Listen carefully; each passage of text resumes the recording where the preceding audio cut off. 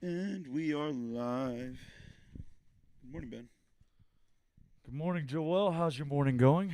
It's going pretty damn good. How about yours? It's good, man. Another beautiful, beautiful Friday. It is nice. It's a little chilly, but two good classes this morning. So, Yeah, stepped out in shorts, put pants on. yeah, I think that's smart.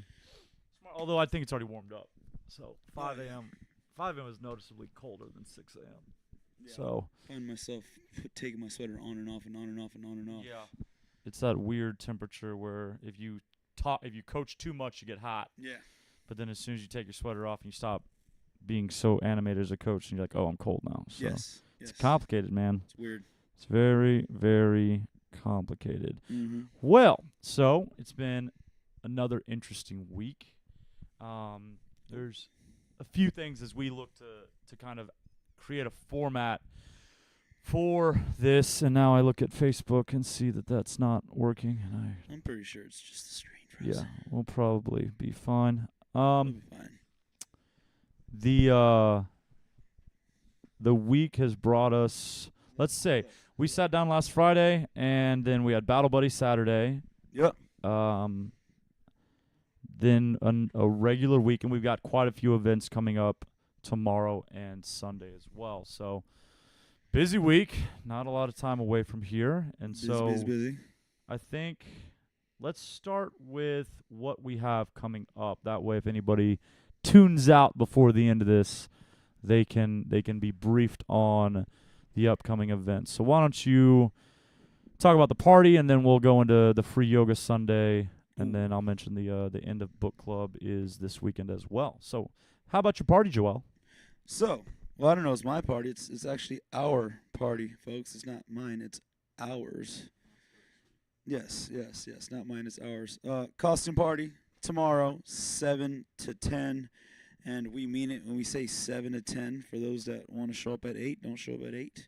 We want to get started at 7 so we at least have 3 hours of fun. Because ideally, the building is closed by 10, and then we get on to the other after parties that y'all are going to because y'all are so social. So, costume party, that is, wear a costume. We'll be carving a couple of pumpkins. We'll provide, 2, 3 maybe? So we'll go pick some of those up today. Other than that, some board games. Just to pass the time, have some music, might be dancing around. I've already gone a few I want to see you dance today type deals. So, might happen, might not. Maybe if you find me, I'm going to be wearing a costume and my face is covered. So, hopefully y'all too as well. Ben will actually have a costume on as well, which will be exciting. That'll be fun. Kind of plays off of mine. Kind of a team here with this costume party. What? Hi. Gotta wait to the folks. But yeah, we'll still be running normal gym hours in the morning. We'll have a big break in between, and then we'll be back up here to have some fun. Do you have anything you want to add to that, Ben? No, keep talking. This is not working properly. Facebook's being weird, folks. And yes, you did see the post. It said BYOB, so that is bring your own beverages. Alcoholic beverages, of course. Last year there was wine. I think someone actually brought some Tito's vodka. Drink whatever you want. Drink responsibly. We're not going to get belligerent in here, but if you would like to have a sip of something, do go ahead and do that. So no limit on anything. Beer, wine, liquor, whatever fits your alcoholic needs. Alcohol is not a need. Might have some candy. If we do foods, it'd be finger foods. Like I said, it's something you can walk around with. We're not going to be sitting down having dinner. It's strictly a costume party. Yeah, so kind of normal stuff. Make sure you bring whatever you plan on drinking and eating. I don't know. We'll have some of the tools for carving as well. Not all the tools, but we'll have a couple packs. Yeah, we'll find some stuff, but Dollar store's a good the we have the refrigerator. I mean, you have access to it. We got the ice maker. We have the cooler. We have a cooler. Yeah, we got ourselves a cooler, the big fridge, couple fridge. Actually, the Vital Kitchen fridge is useful as well. So, and then of course, always grab some Fit Aid, mix that with your vodka, make it simple there. So, yeah. super duper. Killcliff would be the one that I've seen advertise stuff like that. Good time. A Limerita or Killcliff Rita. I forget what it was. Yeah, we something like that. We hosted a White Linen Nights party at District H, and we had a bartender. We sold like they could go buy the kill clip from the front and then bring it back, and the bartender would mix up Interesting. some stuff in it. So that was good. That was Well, good. we've seen Okay, that on so that party is going to be Twitch. tomorrow night. Don't go insane. And the next day, Sunday, we got 2 events as well. We got our normal 10:30 a.m. class with Amanda. So if you haven't hopped in, I mean, that's a giant class, 15 to 20 people every single Sunday. So obviously people are enjoying that. And she programs that day on her own, and it's always really, really good workouts. And so make sure you come in for that. Lots of good stuff. This Monday, every time we come in on Monday, we talk to the athletes that came in. It's always how sore they are from what she puts them through. But after Amanda, from this point forward, we're going to try to do this every single Sunday. At 11:30 on Sundays, we're offering free yoga to the community around us. So free yoga that is not member related. So again, anybody could come in off the street, wherever they want to come from. We are trying to offer stuff that increases the experience of our own athletes, but also allows people from outside of the community to get involved without maybe having to take the giant leap into fitness. So that free yoga will be with Shay Robinson. If you remember Shay was working out here for a while, and then she stepped away. She's busy working for her oil and gas company, but her schedule's settled down a bit to where she's been able to go through the certification teaching program at Big Yoga. And so now she's coming up through their system, and we are giving her the opportunity to gain some experience and run some classes each week here. So come meet Shay on Sunday, 11. It's 45 minutes of yoga, but it'll be for the hour. So like the first 15 minutes will be a little chaotic with the turnover from the class ending and then yoga starting. And after that, it'll be 45 solid minutes of yoga. She'll have control of the building, so nobody in the building will be doing anything but yoga. If you're here not doing it, you'll be seated quiet. We're not going to be CrossFit yoga. We're not going to be someone's slamming bars in the background yoga. It's going to be quiet.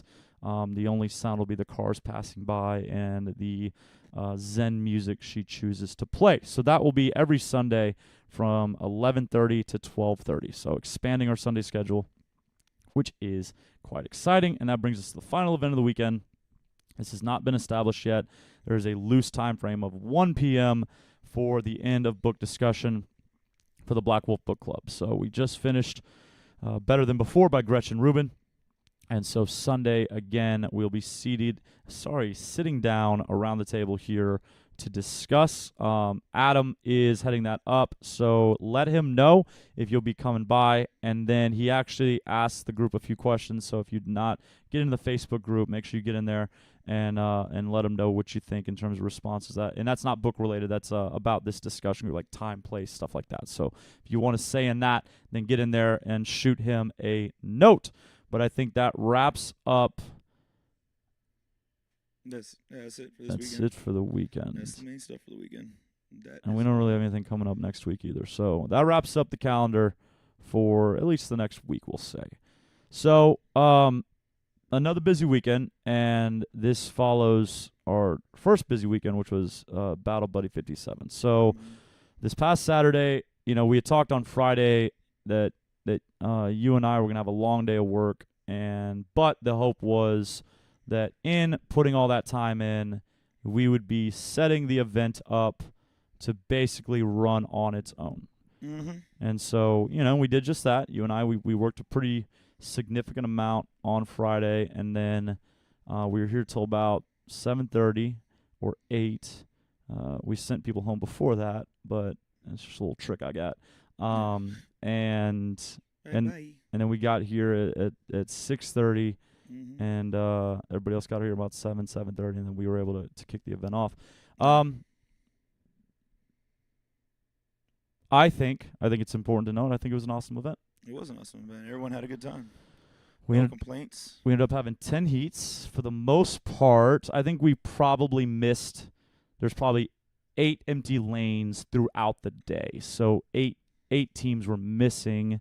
So we'll say 72 teams probably completed Olivia, and then we had a second workout. And right off the bat, I want to say thank you so much to our volunteers. I wish we had a picture with them. The picture that we took I think people just thought everybody was invited into that picture.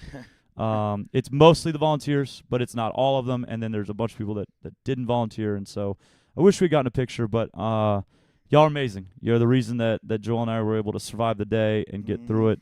You know, when you host someone else's event, it can be interesting.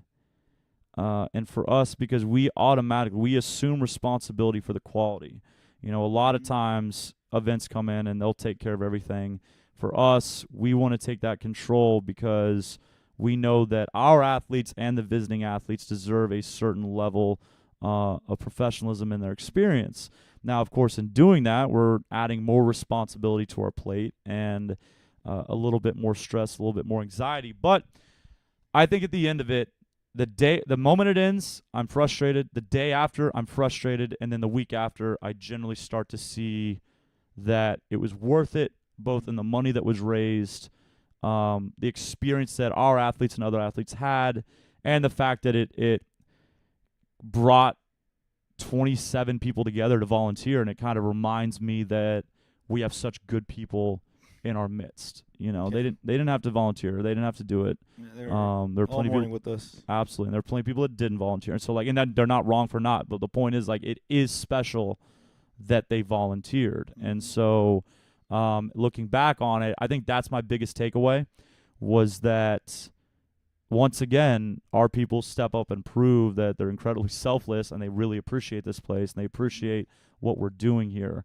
You know, kind of what were some of your experiences? You were able to get around. You probably saw more than I did because you were on the camera and so you actually had to pay attention. I was more just yelling most of the time. But what were kind of some of your highlights from that lovely morning? I mean, highlights. I don't know. It's a good question. I mean, there was a lot going on, like from making sure heats were getting started right, and then just trying to facilitate, make sure everything was running smoothly, and make sure, like, 'cause I would have volunteers coming up to me asking questions like, "Hey, like one of the interesting ones was like, "Hey, can me and this person switch?" I'm like, "Hold up, have you checked your lane? Do you know where you're at? Do you know where they're at? Make sure they know this." Other than that, I mean, everyone was good. Like I was able to catch a bunch of smiles, which was cool. Like I was aiming to catch people like just like having a good time. Like there were like you brought this up. I don't know who we were talking to, but you were talking to Chad. No complaints. Everyone was smiling. Everyone complimented the building. We had new teams that were coming up, and they were enjoying it. What's going on over there? Network error. So we just get rid of that one. I mean, it was everything you said. You hit it on the mark with everything you said. I mean, it was volunteers coming through, the teams, all the teams, for the most part, following through with their lane assignments. Only a few times there were teams that were like, "Hey, this lane is empty. Can we fill that spot in?" So you get out the way, and I was like, "Yeah, as long as you make sure the other team's not there at all, you're good to go." Barely any hiccups. Something that I really enjoyed was that all of the music was good for the most part. Yeah. Like that was I had quite a few people that said that it like asked who's DJing, whose playlist is that. And I was like, well, it's just Pandora. Just make sure nothing bad plays. So yeah, what did you end up choosing on Pandora? I forgot because I kind of threw that to you at the last second, and then yeah, man, the music. You know, music's a funny thing because it's not that it's good; it's just the absence of bad. Like that's the goal is like running an event. It's like, look, not everybody's gonna be excited about each song, but that doesn't matter. Like there's no hope for that. But like, can you manage to get through without any either like terrible like dirty songs or just boring songs kind of thing? And I think whatever you landed on, you did just that. It was one of my workout playlists. Okay. On Pandora. Yeah. I've, over time, just thumbs up and thumbs down things, and I'm still able to do so, which I really like because I hate when Pandora Station just plays only the thumbs up songs and there's nothing new playing. But yeah, I try to stay on top of the music as well, and that was a good thing. I was surprised with how many consecutive good songs played, and people were like, "Woo!" Like whenever they'd hear their jam. Yeah. So that was real exciting. You had someone running around in a dinosaur suit. That was pretty funny. That was exciting. Do we know what gym that was from? I do not know. I think you know what? Whoever was in the olive colored shirts, that That they had good shirts, and I never yeah, they had a huge was crowd that too. Bayway. I think it was Bayway. I think it was Bayway. Bayway. That had to be Yeah, I Bayway. think Bayway CrossFit, which has the same initials we do, Yeah, Black Wolf CF, BWCF, Bayway CrossFit. that's funny. They showed up in force. They sure did. 1836 was here as well in force, and they had some good shirts. They had that floral pattern, Yeah, and it was exciting to pretty see that. interesting, And Matt Coyne runs that gym, but Bayway showed up, and they had, was it the 9 foundational movements on the back, or was it the movements of Olivia? I couldn't really tell. They had silhouettes of athletes moving. And I didn't stare at it, but I assumed they were the 9 foundational movements, but I could be just wrong about that. But it was cool shirts. It's Yeah. very, very cool. I That just- olive green. I have to go to the photos. I'm still putting a slideshow together. Yeah, for that event. they definitely they showed up big time. And they were awesome. And I think that's a big part of this. I think for the athletes for there not to be any complaints. Mm-hmm. I mean, we've been out to Battle Buddy when it was at Bayou City, and we would watch people just complain. Like, it'd be over, and they'd be at the podium just whining. I don't understand why. I mean, it seemed like it was. It seemed like from looking at from the outside, it seemed like it was run well. Then again, I only seen Battle Buddy that one time out there. Right. Before it came to. Yeah, I mean, I just think but I think we also and we've said this goes into our coaching philosophy. When you over organize, you remove uncertainty, and if you remove uncertainty, Mm-hmm. I think people both feel more confident in what's taking place, and so they don't have a complaint, but also they don't feel like there's room to complain. Yeah. Like, if I'm super structured, I can still be wrong, and you'll doubt that I'm wrong at least for a second before you realize I'm wrong, because it seems like I'm on my stuff. But if I just let you kind of meander around and I'm wrong, then you're like really aware that I'm wrong, because you're like, I have no idea where I'm supposed to be. Mm-hmm. This is frustrating, and this guy sucks. Yeah. And so I think the fact that we had everything laid out, we had it organized. I mean, we scheduled the volunteers, which rarely happens.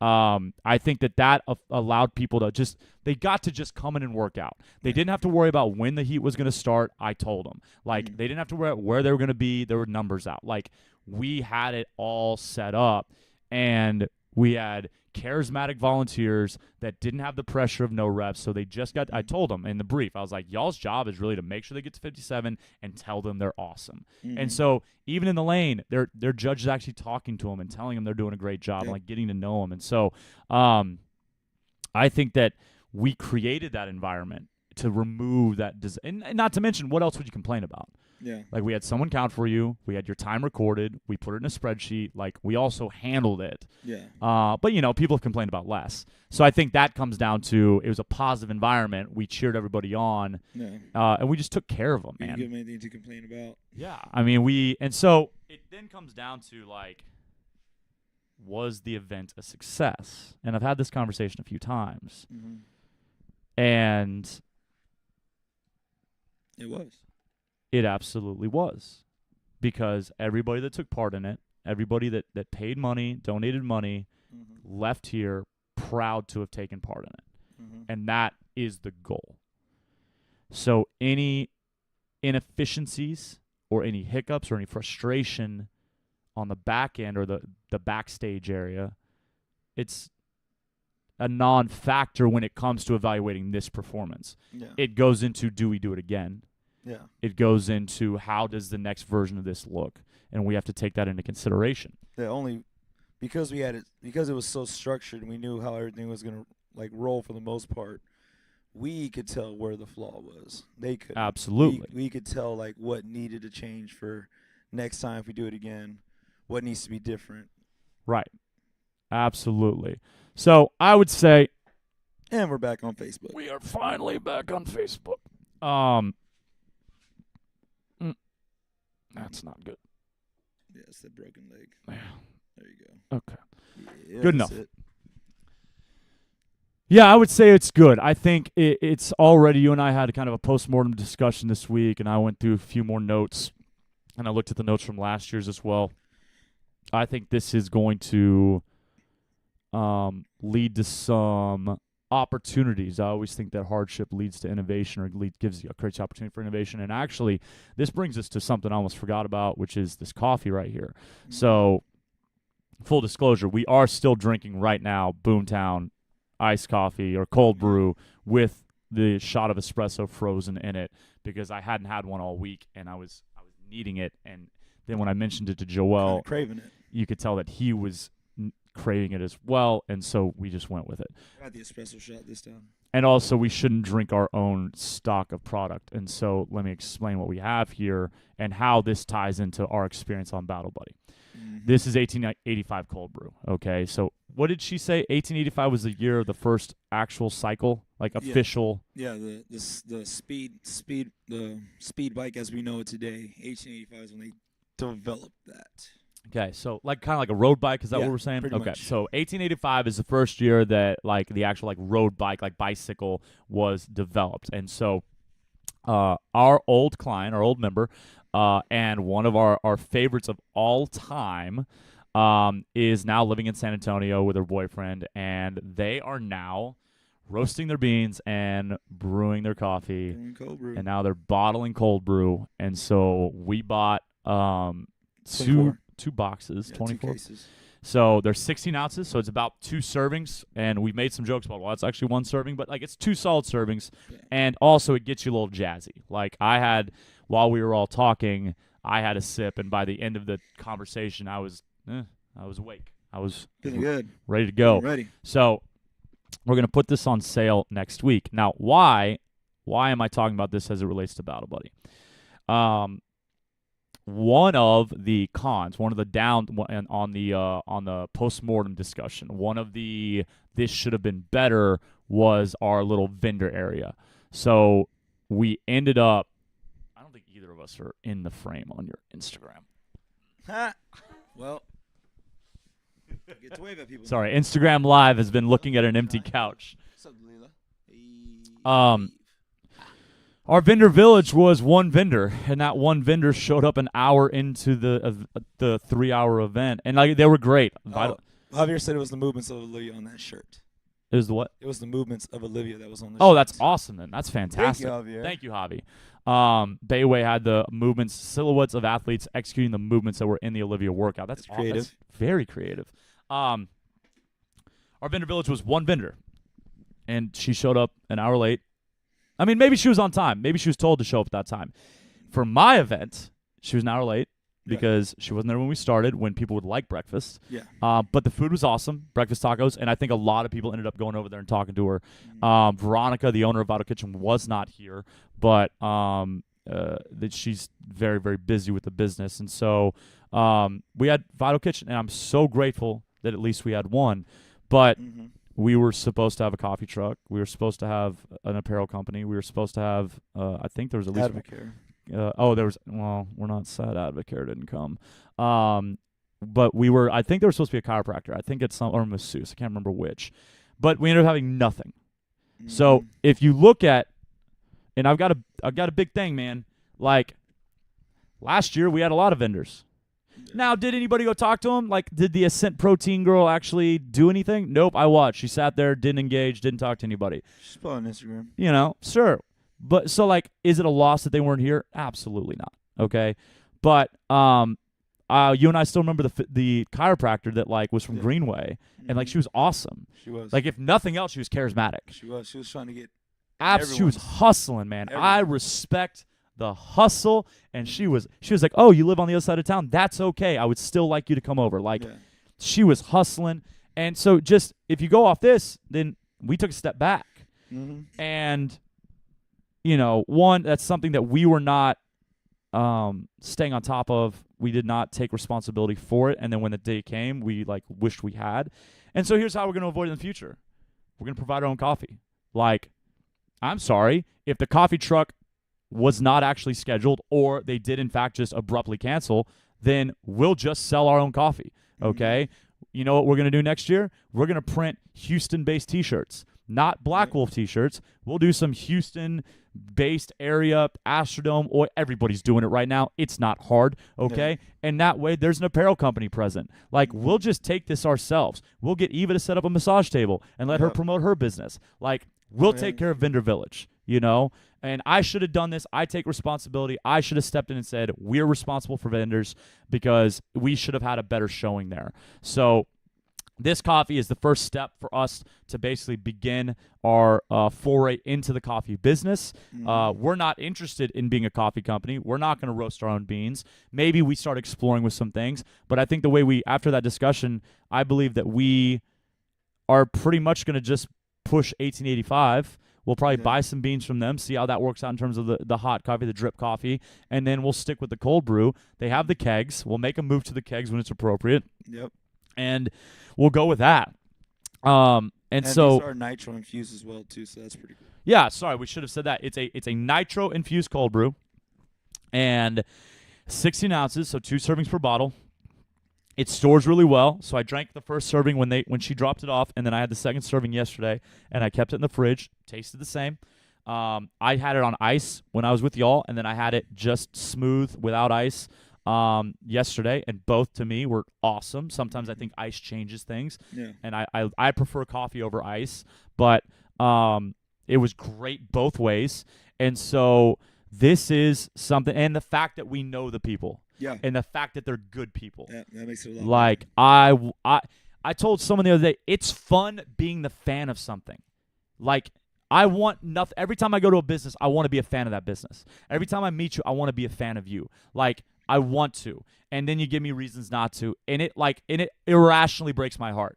Like, when I go somewhere and they're not the stand-up people I thought they were, like, even I don't mean they're like malicious. I just mean they, whatever. They don't take pride. Kind of suck. Yeah, it kills me because I wanted to be your biggest cheering section. I wanted to post about you every week. Like, I want to be it. But I keep going to these places or trying to be a part of these businesses, or I try to make these connections. Like, we'll go in and we'll try to make connections with people, and they don't care. They're, You want to feel how you want people to feel about us. That's basically. it. That's it. I want to be want- proud I'm interacting with you, but I also I want to write you a review. I want to tell people you're awesome. Not because you want me to, not because you need me to. I want to walk out of your coffee shop and tell the whole world it's great. Yeah. Like, I would love to do that. I want to walk out of your restaurant, walk out of your store. And then when you don't try, Like, this small business thing, man, like, we can only do it with the support of others. That's the only way small business works. We don't have the nationwide reach. We don't have the billions of dollars in revenue that allows us to just keep throwing shit at the wall to see what sticks. We have to be intentional about what we throw at the wall, and it has to stick. Like, we don't get like, oh, it fell. Guess that didn't work. Like, everything that falls, like, that's revenue loss. That's money we don't make. That hurts. And so we want to make sure. Morning, Lulu. Hi, Lulu. We want to make sure that we are doing what makes people proud. And therefore, when we interact with other businesses, I want to be proud of who I'm interacting with for their sake, not for mine. I don't care if you're subpar for me personally. But, like, when I go somewhere and I can't brag about it, I can't tell someone, oh, my gosh, this is the best place to go, I feel like I wasted my time.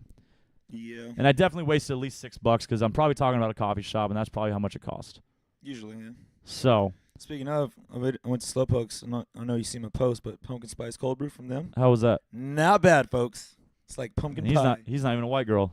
I'm not even a white girl. Not even a white girl. That's my first pumpkin spiced flavored coffee thing ever. Awesome. Maybe because I've tried to avoid that basic stereotype. Maybe we'll make a team trip this weekend or something. That'd be interesting. So so Battle Buddy, great event. I will not run it the same way next year. So if we do it again, it will be different on the back end. I think we'll take control, and we're definitely going to limit who gets to be in the bullpen of volunteers, because every time I looked behind the tables, there's a bunch of people not doing anything. Not people sitting at the table. You guys hustled. I mean, we took the scores. Suzanne and Liliana especially. I know that the registration had more people. I think Marcia was over there helping out. My mom was helping out. People at the raffle table. So, like, I don't want to leave anybody out. Jessica.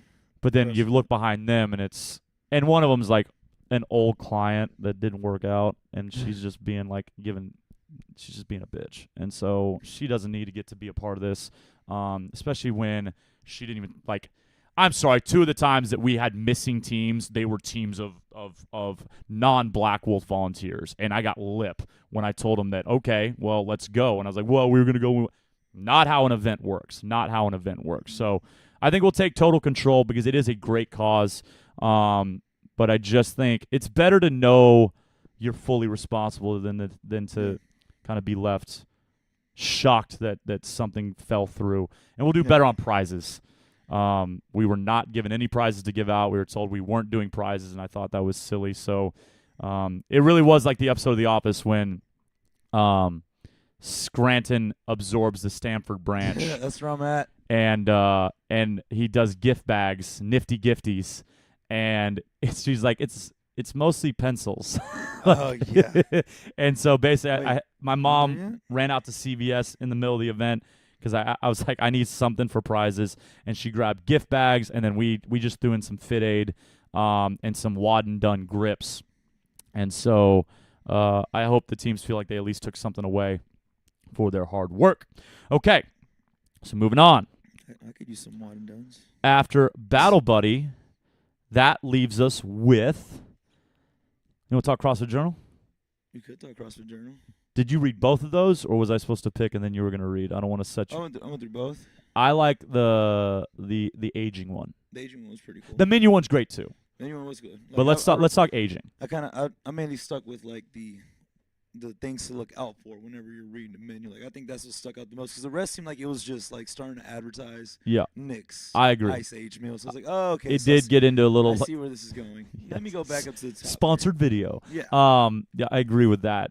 So let's focus on aging. Aging. The stereotypes of aging. Yeah. So what did you get? So what we're gonna do each week now is we're gonna get into the CrossFit Journal, because one, it's at the base is the foundation of the certification process for CrossFit.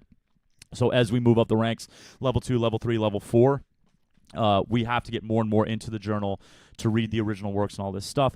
But 2, it's going to give us some substance for this podcast. So on those days where it's Joel and I ending up just rambling, this will at least give us kind of an anchor to go off of. So Joel picked an article, and give me some of your takeaways from that particular choice. Well, basically, the article was about the stereotypes of what happens to your body physically whenever you become older. The stereotypes are you lose range of motion, you become slower, and then you start to feel pain. So anytime you see like a stock image of an old person, what are they usually doing? They're usually bent over, hand on the hip. They got this face like they're in excruciating pain. And those are the stereotypes for what happens when you get older. Now, what the article was about was kind of debunking those stereotypes, saying that because you get older, it doesn't mean that you have to lose range of motion. You have to lose speed. You have to feel more pain. You actually, the interesting thing about the pain thing, your threshold for pain actually gets the perception for the perception of pain starts to get smaller and smaller as you age. So you start to feel like, for example, if I poked you, like with the pen at the ripe age of 25, you feel it way more than an old person does. So old people actually feel less pain physically. So that led into like into the scaling of the geriatric, or actually anyone, for example, that hasn't done workouts in forever. Like scaling you have to really pay attention to it because they might not feel the pain the way we do as athletes. Anyways. So as you get older, the threshold for which you feel pain actually starts to get smaller. So that is actually one big stereotype that is completely false. You do not feel more pain as you get older. But that's real pain. That's like real pain. Because perceived pain can be different. Exactly. I mean, I remember my grandma. All my grandparents are dead. Sorry, just the way it is. Same here. Yeah, that's better that way. People get old. They were amazing people, but we're all gonna die, folks. Like whenever I'm friends with somebody or dating somebody and like they have grandparents still alive, I'm like, great, another funeral I'm gonna have to go to. Like, I've got to deal with it. Like, because I mean, I thought about that. I lost my grandfather when my dad's dad, I think I was in like 3rd grade. My mom can correct me on this, but I think I was in elementary school for sure. It was after 3rd grade because we had just moved. So maybe it was 4th or 5th grade, and then it was my mom's mom, and then my mom's dad, and then my dad's mom. And so, and I know this is so silly, but like and I love family. Family's great. But like every time I'm with someone, they're like, "Oh, my grandparents are alive." I'm like, "Great, 4 heartbreaks. I'm gonna have to help you through." Oh man. And that's a real selfish way to look at it. Don't be like me. There we go. But I remember when they were alive, like my grandma, like if you leaned on her, immediate ow. And you're like, "There's no way." Yeah, there's no But I think this goes to something that we've kind of touched on before, which is. Well, there's 3 types of pain that they talked about in the article too, which I thought was pretty cool how they laid it out. There's the pain the burn basically, the pain that's going to cause you to adapt, that type of pain. There's the second pain that it could be an injury, or it's just like you bumped yourself and you're feeling a little bit of inflammation. And then there's a third pain where one, it's an actual injury, you tore something, you broke something. Yep. So that's 3 different kinds of pain that you could be feeling. Right. Is it a burn pain, or is it like you injured yourself pain, or like it is an injury? Like, and I was like, oh, that's an interesting way to look at it. Like the way they worded it, I actually wrote it down because I knew I'd mess this shit up talking about it. Yeah, where was it? Let's see. So they talk about how pain has to be defined. Is it from a homeostatic disruption that will derive adaptation, and that's going to be the burn that you feel? Is it a possible injury, like you bumped your toe?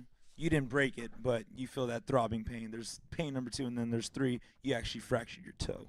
So I mean, those are the 3 different types of pain you have to define. Like, what kind of pain are you actually feeling? Because I've asked that. I always ask that to athletes. Like, is it a burn or is it a legit feeling? Like, do you feel like you messed something up? Sure. Yeah, I mean, injury is a level above. Are you injured? Is basically the question that gets asked. There's 2 other categories. Two other categories unrelated to these. There's real pain, then neurological pain, or I should say physical and neurological, because they're both real. And I think that's what a good takeaway here is going to be, because if you injure yourself deadlifting, and then you give it plenty of time, you heal, physical therapy, whatever you needed to do to recover, you're fully recovered by all possible metrics. You're recovered. You still very well and likely will, at least in the beginning, feel pain in that position. Ghost pain. Because your nerves, yes, there it is, because your nerves are going, well, when I used to be in this position, it hurt. And so even though there's nothing causing the pain now, simply your body, the movement pattern is what is painful to you. And now here's where it's tricky. It's real pain. Like, you actually feel that. It's not like your mind goes, hey, this might hurt. It's like you do feel it. But as with anybody that sees like those really intense individuals work out where they're able to push through the pain, it's one of those things. Like, how much credence do you give it? Because if I focus on it, then it can be debilitating pain. I can literally not pull that deadlift. Yeah. Or I could be like, shut up, pain. And I can pull the deadlift like it's nothing. And that's where it gets tricky, because pain is a signal, but at the same time, sometimes our signals are lies, because our signals are trying to keep us in homeostasis. Our signals are going, this is taking us outside of our norm. Therefore, I need to let you know. That's what a burn is. Like you said, the pain that causes adaptation. Reason it hurts, your muscle goes, we're not supposed to be doing this. Normally, you sit on the couch. This is not sitting on the couch. So I'm going to like sound the horn. And that's your muscle screaming.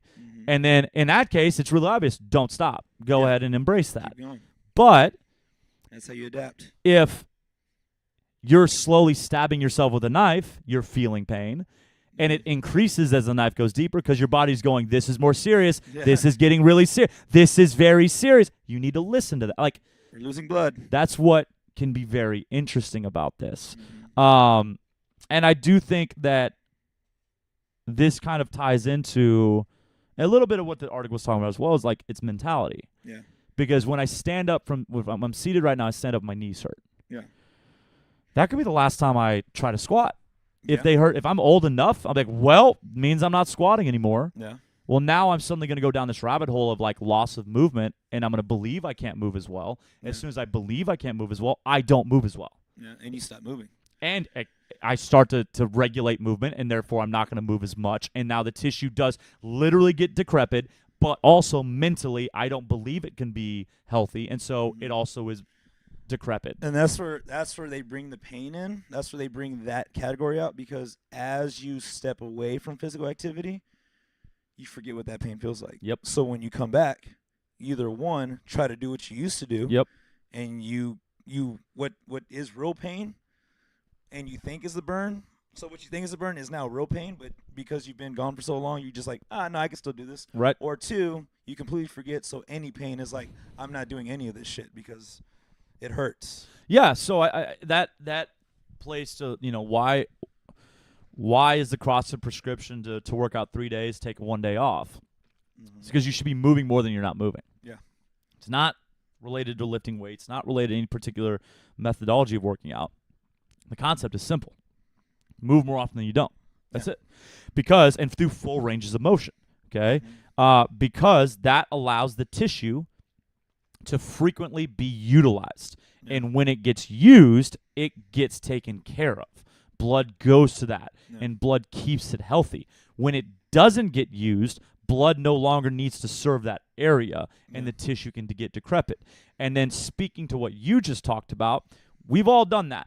You take some time off, whether it's from injury or you just got pulled away from working out. Vacation. Okay, exactly. Come back, and you're like, all right, time to hit it.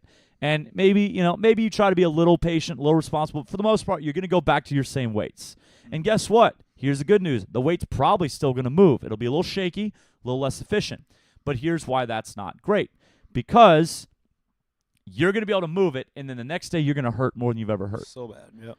And then the second thing, even if you just reduce your frequency of working out, you start to feel pains you never felt before. Because using the back-to-back workouts helps keep that pain away. Yeah. Helps wash the body of that pain or the opportunity for pain. That was one of the things they brought up in the article, is that people who usually suffer from back pain or like achy knees, that pain went away as they started to work out, as they started to move more. It's because they didn't move that all that stuff started to hurt and tighten up and ache whenever they did move around. Right. Because they're so sedentary. Back pain is such a tricky thing because the spine obviously is a little bit important, just so important. Just a little bit, no big deal.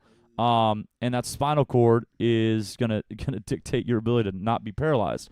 So when you feel pain in the lower back, immediately it's pretty serious. Like not many people feel a tight back and go, no big deal. Yeah. Okay. And now, but then what is too irrational? Now, here's my thing. Someone comes in, they start talking about, hey, I want to get started. 7 out of 10 times, especially if they're not coming from another CrossFit affiliate, I'm going to hear, I have a bad back. Yeah. Okay. Almost always. Yeah, but injuries? but I have a bad back. And I'll be like, okay, like, what'd you do? Like, nothing. And I'll be like, oh, no, it just hurts. And that's real. Like, hey, man, if I sit at a desk all day, if I sit in a car all day, the problem with this, so sweet, Mila. And so if I sit, like, if this is my life, okay, on top of I'm not proud of my life, I'm not happy, my kids stress me out, my husband my wife stresses me out, I'm pretty miserable, then guess where I feel my back hurts? When I'm in a bad mood, my back hurts. And it's not because my back hurts. Yeah. Like, I think it's the bad mood leads to the bad back. Yeah. And on top of not moving. It's when they start moving that their back hurts, because they spend most of their time hunched over. They're spending most of their hours hunched over. So when they do stand up and open everything up, they're like, oh, all of this hurts. It hurts to move. No, you dummy. No, you dummy. I mean, so then it comes into being responsible about that movement. Yeah. But like increased movement is going to take away that back pain. That's exactly right. And there's a lot to it. I mean, there's so many different facets to this. And if you want a little bit of real, then one, lower back pain oftentimes is a tight hamstring. As you, again, not using tissue. So I'm seated right now. Glutes. That means my hamstrings are shortening, okay? Because they're all curled up right now, okay? So if they're shortening all day, well, that pulls down my lower back. And so because the hamstring ties in right there, so now I got back pain. I stand up, I start trying to do things standing, and it's not going to work out for me. And so as we strengthen and rehabilitate that hamstring, bring it back to health, Suddenly it releases the lower back, okay? Non-firing glutes or tight glutes or whatever other kind of trend we're seeing with glutes right now. Because, and I only say trend, glute issues are very real, but like they get these labels and then like we run with them. My glutes don't fire. Sometimes it's true, but oftentimes it might be like an imbalance, could be other things. But it could be as soon as we bring those glutes back to health, then suddenly that lower back pain goes away as well. That relates to any other joint pain you have. It could actually not the joint. It's usually the Right. surrounding muscle tissues pulling all. Knees. I think knees are more fun to talk about because people like my knees hurt. Well, it's either your hamstrings my knees or your hurt, but they're quads. willing to talk about it because it's not their back. The back, some people are like, well, do you want me to be paralyzed? I'm like, well, it's not how it works. But knees, if my knee hurts, people like accept bad knees and just go, this is how I live. Yeah. But here's the deal with the knees, guys. You got a bad knee. What does that mean? Like, does that mean that the joint has grown into a place where like the bones don't work? That's unlikely. Like, that's really unlikely. Now, there could be something real with, like, you wore your meniscus down, you've strained your MCL, ACL, you had an old tear, something like that. I tore it in college playing soccer. There we go. That could be real. But oftentimes, we're talking about somebody that has never played sports. Like, we're just talking about, like, living life. You don't tear your ACL sitting at your desk, okay? So then what is it? What could knee pain be? It's going to be stiff tissue around the knee. Mm-hmm. It's going to be tissue that's pulling the skin, pulling the tissue up or down. And so what you do, you roll out your quad, and suddenly that knee pain starts to dissipate. Okay, that patellar tendon that goes right across the top has that searing pain while you squat. Roll out the quad, roll out the soft tissue right above the kneecap, and suddenly that pain goes away. Okay, also squat properly. Maybe have a coach tell you how to squat. If my knees cave in, my knees hurt. Shoulder pain could be tight pecs, tight biceps. Absolutely. And we're like, I got a rotator cuff issue. I'm like, actually, you're hunched forward because you used to bench and then you never took care of yourself, And then you have a desk job, so you're constantly hunched over even more. Absolutely. For me, and I mean, I think it's always good to bring it to personal issues. Like, when I'm not consistently training, my favorite thing, the thing I've been gifted with is the ability to pull hard. I can pretty much power clean whether I've been training or not. Don't know why.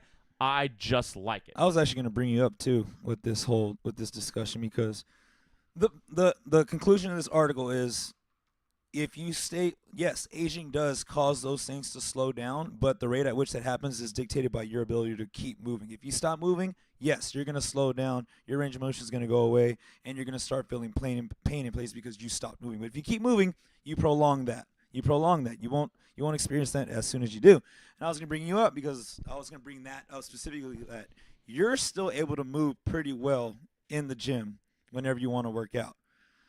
And I credit that to your ability to constantly be moving. You're not a sedentary person. We're constantly moving. Like this watch, I'll look at it and be like, hey, you've been standing for 18 hours of the day. I'm like, holy shit, that's my whole day. But we are constantly moving. So even if you stop working out, you're still able to move well because you continue to move. Your job is movement. So absolutely, and that goes to you discrediting yourself when you work out. So you work out pretty well. Well, I appreciate that, and I think you're spot on. Like, I've gone weeks without working out at times, but because I'm demoing, but we don't demo enough to stay in shape. But we do demo enough to maintain movement pattern, and we demo enough for tissue to stay healthy. Yeah. And so, keeping an upright torso in the squat, let me just get to it. It surprises me when I can still do stuff. They'll be like, hey, you want to do a workout with toes to bar and handstand push-ups? I'm like, yeah, sure. Mm-hmm. Haven't done handstand push-ups in like 6 months, but let's see it. I still have them. Don't have a lot of them. Mm-hmm. I'm not doing 50 of them, okay? But, like, I'm able to stay off the wall. I'm able to drive up, not have to put my butt on the wall, all the things. Toes to bar. I'm able to get a good kip, have a nice glide, and all that stuff. Like, and it's from moving. Also, that means that if someone did not work out as much as I did not work out and maintain their regular job the way I maintain my regular job, they would be in a lot of pain right now from being seated too long. The tissue would be getting stiff and decrepit. So I'm very grateful for the ability to get out there. And so I've been told that I have no business being able to stay in even the decent shape I stay in. But I swear it is from demoing and yelling. Yeah. Yep. That's diaphragm work there. All that yelling. Demoing Diaphragm. and yelling. Yeah, I So mean means it's you're- like breath work Yeah. and midline work all in one. Like you're contracting those abs. To I mean, push that air on a out. Monday, Tuesday, or Wednesday when we got those big evening classes, like I get done and it's not the abs are sore, but like if I'm squeezing them, like if I actually think about the flex, I'm like that hurts. Like I'm like, ooh, got a good ab workout in there. Bleaks. Yeah. But on the shark gills on me. on the cleans, so like when I get back, when I don't work out for a while, I usually will come back to like hang power cleans just to make myself feel better. But then so I'll go heavy, go so heavy, you know. And then the next day, and the day after that, and the day after that, first it starts with my upper back, gets a knot, and then I'll get chest pain, like heart attack chest pain, like right across the chest. It used to freak me out. Yeah. But then I was like, I wonder if I roll this knot out, if it'll take care of this. Yeah. And it does every time. So I mash out the back, and it releases the front because I'm being pulled that way, and the chest isn't meant to be pulled that way. Yeah. And it's real subtle. You can't notice it. And so I think that is something that is important for us to keep in mind. And I think that often people, and we do a pretty good job as coaches telling them, hey, it could be upstream, could be downstream. But I think people could kind of take some initiative on their own and be like, hey, you know, shoulder hurts, but I bet it's my chest, or I bet it's this, I bet it's that. And that's another thing, too. Everyone's moving, like, and when they get into moving, like, oh, I started working out now, but everything hurts more. Well, you got to equally, like, focus on loosening up your body as much as you are tightening up your body. Absolutely. So I have a tangent to this. It is related. Do you have anything else from this article? We won't totally change topics, but no, I mean that pretty much hit the points on it. I mean, there's some percentages that are written down, but they're useless for this talk. So real quick, Mila, I just asked a question like, what about your feet when you jump? And I've heard that one a lot. I hear it on wall ball days and then box jump days for newer athletes that their arches hurt. I think that is just simply conditioning the way that your biceps hurt when you do ring rows, your abs hurt when you do sit-ups. So, Mila, I think it just comes down to it's going to take some time to strengthen. If you haven't been jumping, if you haven't been generating force into the floor, then your feet are going to go, hey, man, what the hell? And so it's just going to take a couple weeks for your body to go, oh, this is new, this is normal. And you have to strengthen your feet the way you strengthen anything else. Yeah. And so there's connective tissue down there. And if you've been living life in like high arch shoes and now you're in flatter shoes, that'll cause a problem. You need to be able to be barefoot. Like that's why I walk around here barefoot all the time, because I want my feet to keep being able to support myself. I don't want to have to wear shoes with orthotics. Yeah, when I'm home, I'm barefoot. Yeah, I mean, there's also something that I've read a few times, and that goes back to what we're talking to Molly about with the ocean, like being grounded in the water and like the salt and like sun, vitamin D, that bringing you at peace, meditation. And that's probably why Epsom salt baths feel so good. Yeah. Like, everyone's like, Epsom salt bath, I feel so much better afterwards. Yep. There's a connection. I mean, it's damn near half the premise of the float tank. I mean, half of it is quiet and meditation, but the other, actually majority might even be being in 10,000 pounds of salt and what that does to your body, what that does to your skin. There's a reason that, what is she doing? There's a reason that surf culture is so peaceful and is known for being so zen, even if meditation is not specifically a part of it. But I want to get to something I saw this week, and it just got me thinking. So one of the knocks against CrossFit is that it's intensity over everything. We know that's not true, but we also understand that perception is reality.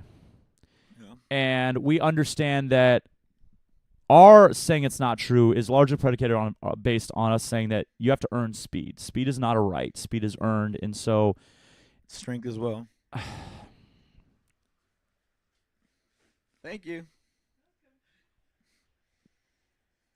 Why can't you just leave it outside? Yeah.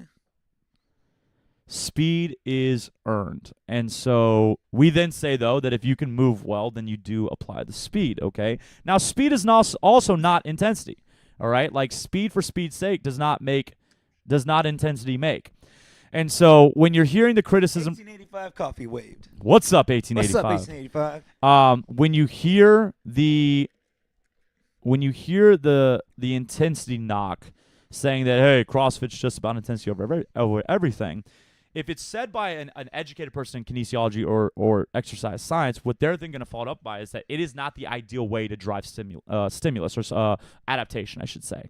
Because if Joel maxes out every day, and it doesn't matter 1 rep, 10 rep, but if he's always operating at 90 to 100% of his capacity, he actually is going to be not in the ideal zone for adaptation, which is generally 70 to 80%. And so I had a thought. What if and this goes into the gentleman I was listening to, I read it first, and then it came up on actually a Joe Rogan episode on the podcast. I think it was George St. Pierre's trainer, or at least one of his training partners. And then I saw it from Fitzgerald at OPT, not what it's called now. What is it? OPEX. Sorry. James Fitzgerald, one of the original CrossFit Games champions from like 2007.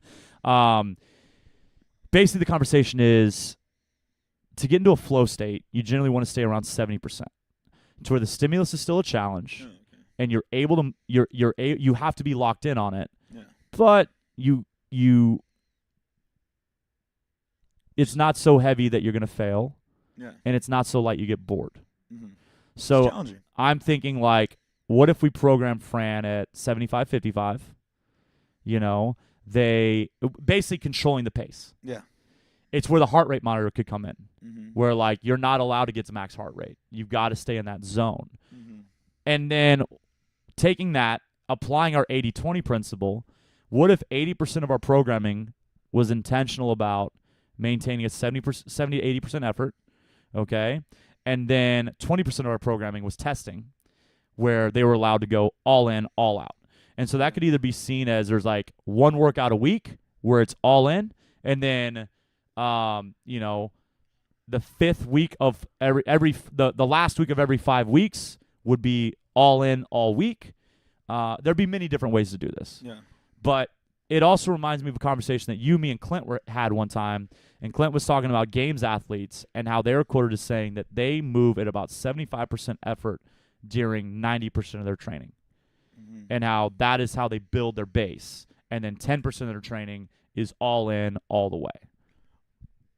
Well, like, adding to that, like, I completely understand what you're saying. Like, I can relate to it because I feel like, I feel like I'm always working at that pace. Like, I feel like that's one of my falls, not a fault.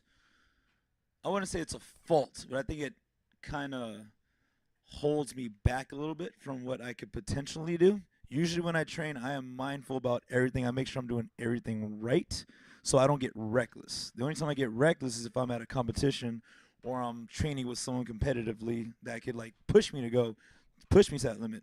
Most of my training is done alone, so I try to be as responsible as possible. So I feel like I'm always operating within that range where I can still adapt, but I'm still pushing myself, but not really going to the extreme. And then, I get sore from that. I have a good workout, but then whenever I do competitions or when I'm training with someone else, it's a completely different type of soreness. Right.